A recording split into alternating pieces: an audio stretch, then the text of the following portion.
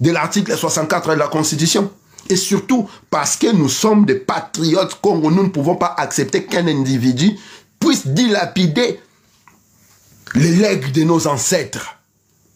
Maintenant, à nos frères panafricains, nos frères panafricanistes, depuis tout le temps que Tshisekedi a été au pouvoir, en quel moment vous avez vu ces messieurs-là manifester son panafricanisme? Aujourd'hui, il est en train de faire des yeux doux à Poutine. Vous ne l'avez pas vu aller chez Poutine là-bas et lorsqu'il fallait voter des résolutions contre la Russie aux Nations Unies, parmi les votants qui ont voté pour ces résolutions-là, il y avait Tshisekedi, la RDC.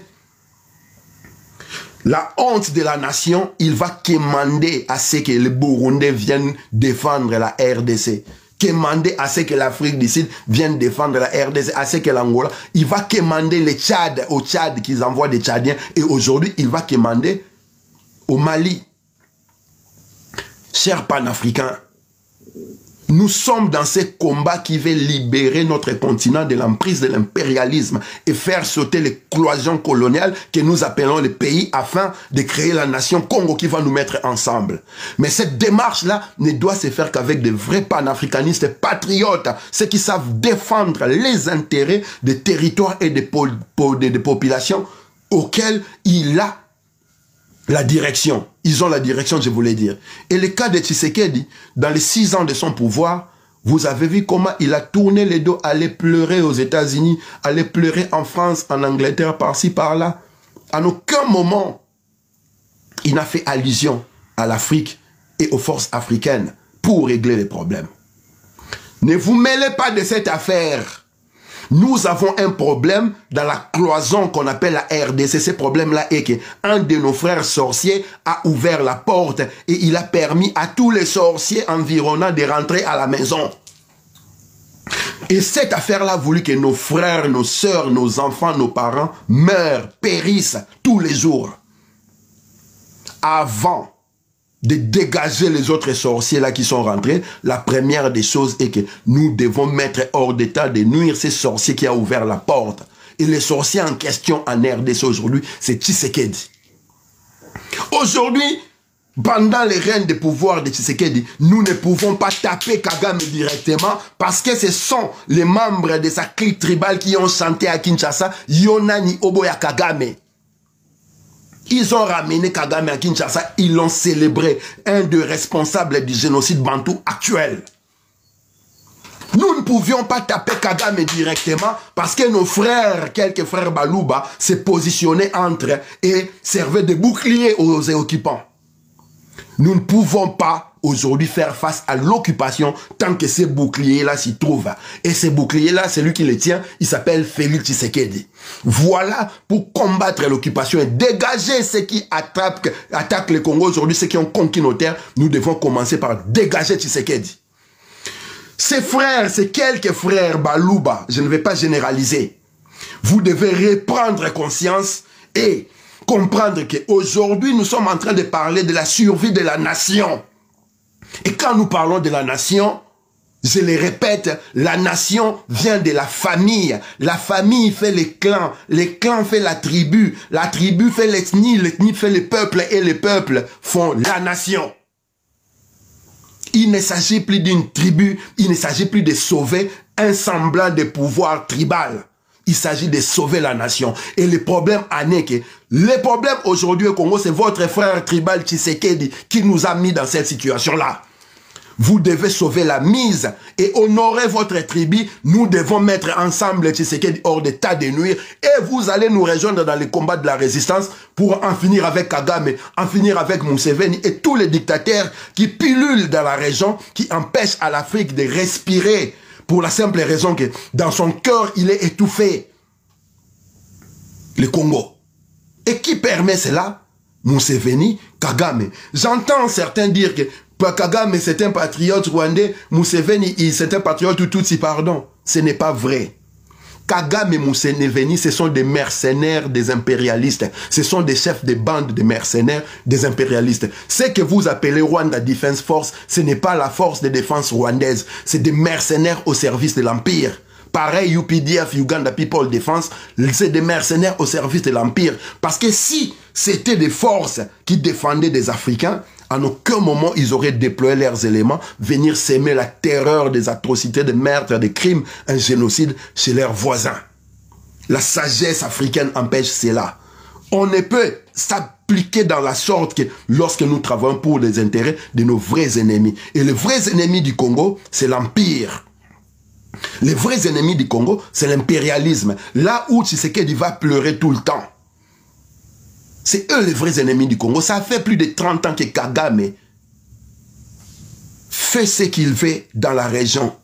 Combien de sanctions, combien de résolutions sont sorties et combien de ces sanctions et résolutions ont été mises en pratique. On ne peut s'appliquer dans la sorte que lorsque nous travaillons pour les intérêts de nos vrais ennemis. Et les vrais ennemis du Congo, c'est l'Empire. Les vrais ennemis du Congo, c'est l'impérialisme. Là où Tshisekedi va pleurer tout le temps. C'est eux les vrais ennemis du Congo. Ça fait plus de 30 ans que Kagame fait ce qu'il fait dans la région.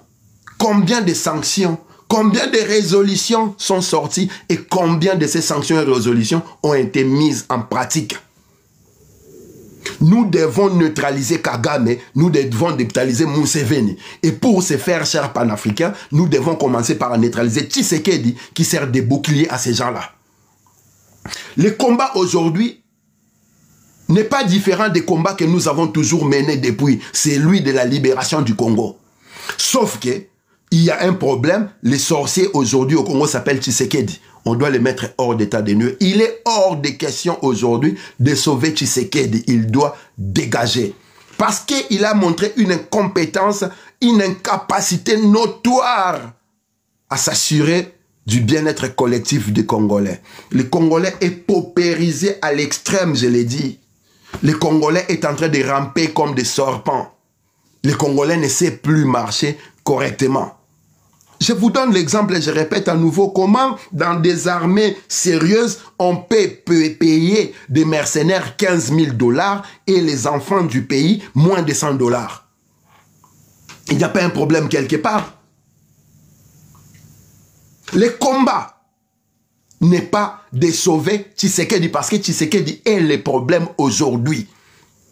Chers panafricanistes, désolidarisez-vous de ces messieurs parce qu'en aucun moment, il a montré cette volonté panafricaniste. En aucun moment, il a montré cette volonté patriotique africaine. Vous ne l'avez pas vu en Israël en train de taper sa tête avec un équipement dans la tête au mur de lamentation. Vous ne l'avez pas entendu dire à haute voix qu'il faudra louer l'Israël, etc., etc., oubliant que l'Israël de la Bible n'a rien à voir avec l'Israël, l'antichrist sioniste aujourd'hui.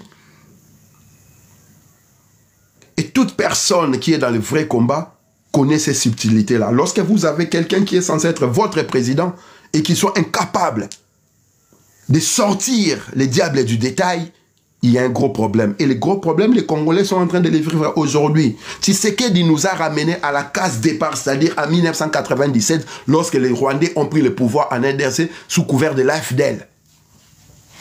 En 6 ans qu'il a eu au pouvoir, il aurait pu monter des armées capables de défendre. Vous savez, il faut combien de temps pour former un militaire sérieusement pour qu'il soit capable de faire la guerre? 6 mois.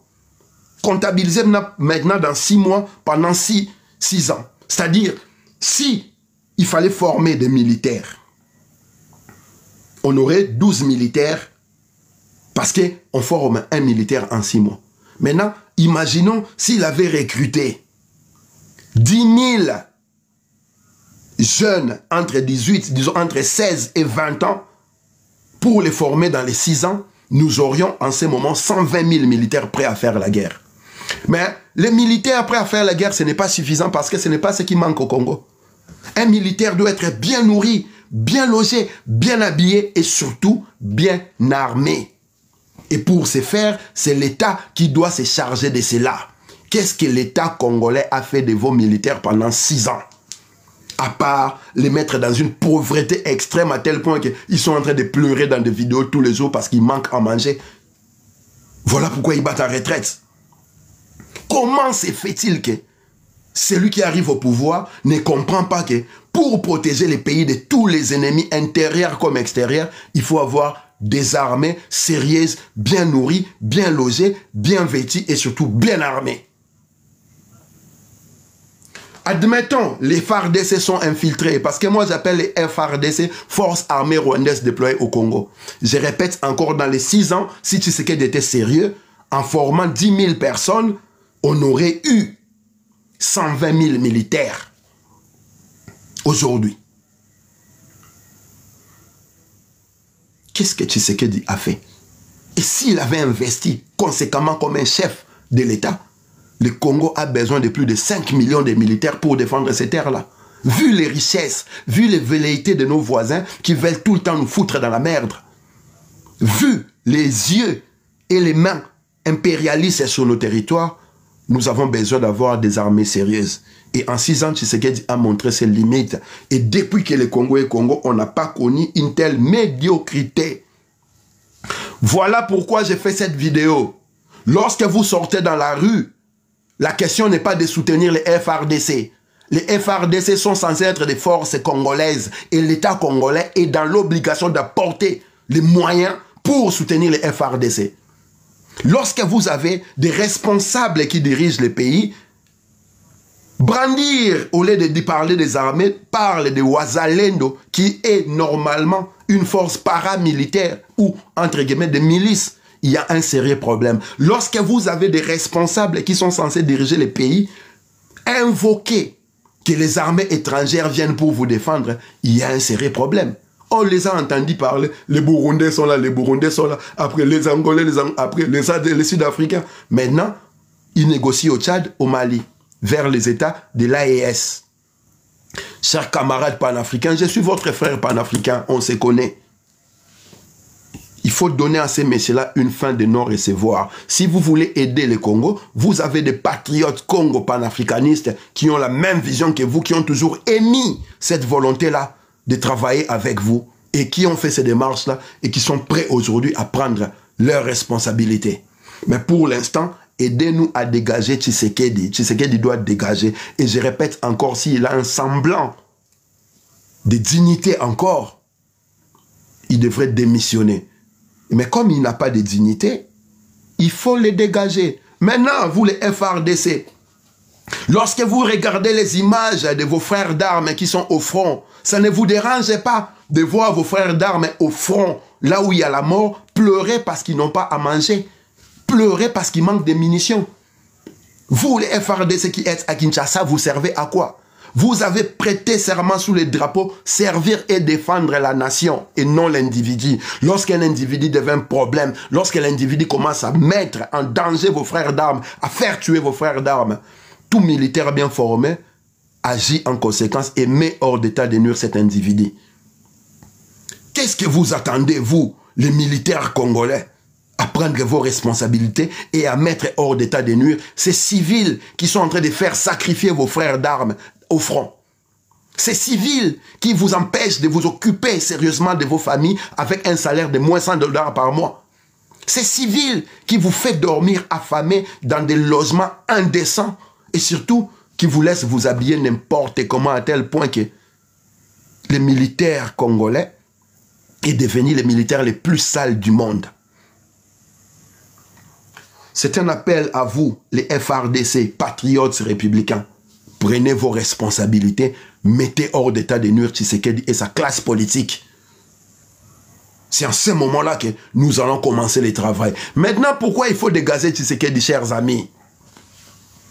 Lorsque vous suivez Corneille Nangaa, il ne parle que de Félix Tshisekedi. Il ne fait qu'accuser Tshisekedi. Lorsque vous suivez, comment il s'appelle, Willy Ngoma M23, il ne parle que de Tshisekedi, il ne fait qu'accuser Tshisekedi. Lorsque vous écoutez Paul Kagame, il ne parle que de Tshisekedi, il ne fait qu'accuser Tshisekedi. Donc, si nous comprenons bien, leurs démarches militaires qui sont en train d'expérimenter maintenant au Congo, c'est dû au fait que Tshisekedi est là. Ce qui équivaut à dire que c'est Tshisekedi qui est le problème. Lorsqu'on met Tshisekedi hors d'état de nuire, M23, Kagame, Corneille Nangaa n'auront plus de raison de se battre, d'avancer leurs troupes parce que la personne qui a signé des contrats avec eux, la personne qu'ils accusent tout le temps, est mise hors d'état de nuire. Ce qui obligera à ce que les conflits soient gelés. Ce qui obligera à ce que là où se trouvent ces troupes-là, elles devront s'arrêter là parce qu'ils n'auront plus de raisons à argumenter pour avancer. Ça donnera à celui qui va prendre le pouvoir ou au militaire qui prendra le pouvoir le temps de répit pour se réarmer dans le but de reconquérir nos terres et ramener la guerre au Rwanda d'où elle est venue. C'est la simple politique. Tout étudiant en Sciences Po qui arrive en sa première année comprend que lorsque la guerre, il y a deux forces qui se battent et qu'il y a une personne dans l'une des forces est accusée, cette personne-là devient le problème. Donc cette personne-là doit s'écarter afin de dégeler le conflit. Il ne faut pas être savant pour comprendre cela. Voilà pourquoi nous appelons au FRDC de prendre leurs responsabilités, de mettre hors d'état de Nyo Tshisekedi. Nous appelons les Congolais à la conscience collective, en vertu de l'article 64, de se lever et dégager Tshisekedi. Et nous appelons à la famille de Tshisekedi. Si vous aimez votre frère, si vous aimez vous-même et vos enfants, votre descendance, il y a encore temps de sauver l'honneur. Demandez à votre frère de démissionner, de quitter le pouvoir. À défaut de quoi, vous serez frappé d'indignité nationale. C'est-à-dire, après ce pouvoir-là, les fonctions régaliennes, les fonctions de la défense, les fonctions qui impliquent l'État et la nation, vous ne les assumerez plus dans ces pays-là pour une durée de 3 siècles. Et nous allons nous assurer à ce que la famille traîtresse de Tshisekedi, celle qui trahit le Congo depuis 1960, ne puisse plus avoir pignon sur rue nulle part au Congo comme l'est aujourd'hui avec Hitler. C'était les camarades Zoro Bilel Ingeta du bataillon Front Populaire. Mengu Mengu, Bomona Kimbirikiti, Métatron. Mawe Javidi Mukulu a Kongo Monga Linangila Wangba Azala Nabino na Mabota Nabino. Ingeta!